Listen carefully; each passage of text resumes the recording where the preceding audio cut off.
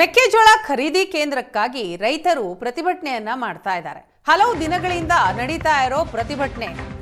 ಹಾವೇರಿ ಜಿಲ್ಲಾಧಿಕಾರಿ ಕಚೇರಿಯಲ್ಲಿ ಈ ಸಂಬಂಧ ಸಭೆ ಕೂಡ ಆಯಿತು.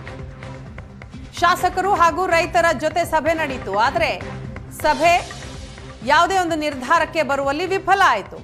ಹಾಗಾಗಿ ಡಿಸೆಂಬರ್ 8ರಂದು ರೈತ ಸಂಘಟನೆಗಳಿಂದ ರಾಷ್ಟ್ರೀಯ ಹೆದ್ದಾರಿ ಬಂದ್ ಘೋಷಣೆ ಆಗಿದೆ. ರೈತರೊಂದಿಗೆ ಸಭೆ ನಡೆಸಿದ್ರು ಶಾಸಕರು ಹಾಗೂ ಅಧಿಕಾರಿಗಳು. ಪ್ರತಿಭಟನೆ ಹಿಂಪಡೀರಿ ಅಂತ ಮನವಿ ಮಾಡಿದ್ರು.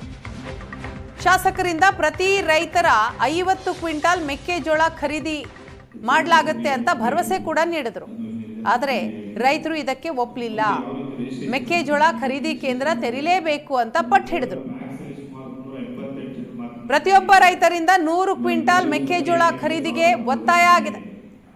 ಕ್ವಿಂಟಾಲ್ಗೆ 2400 ರೂಪಾಯಿ ಹಾಗೂ 600 ರೂಪಾಯಿ ಪ್ರೋತ್ಸಾಹ ಧನ ಕೊಡಬೇಕು ಅನ್ನೋದು ರೈತರ ಬೇಡಿಕೆ. ಈ ಸಂಬಂಧ ನಡೆದಂತಹ ಸಭೆ ವಿಫಲ ಆಗಿದೆ.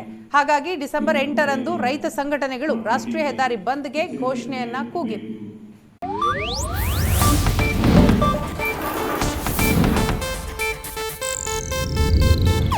ಇದು ಏಷ್ಯಾನೆಟ್ ನ್ಯೂಸ್ ನೆಟ್ವರ್ಕ್ ಪ್ರಸ್ತುತಿ.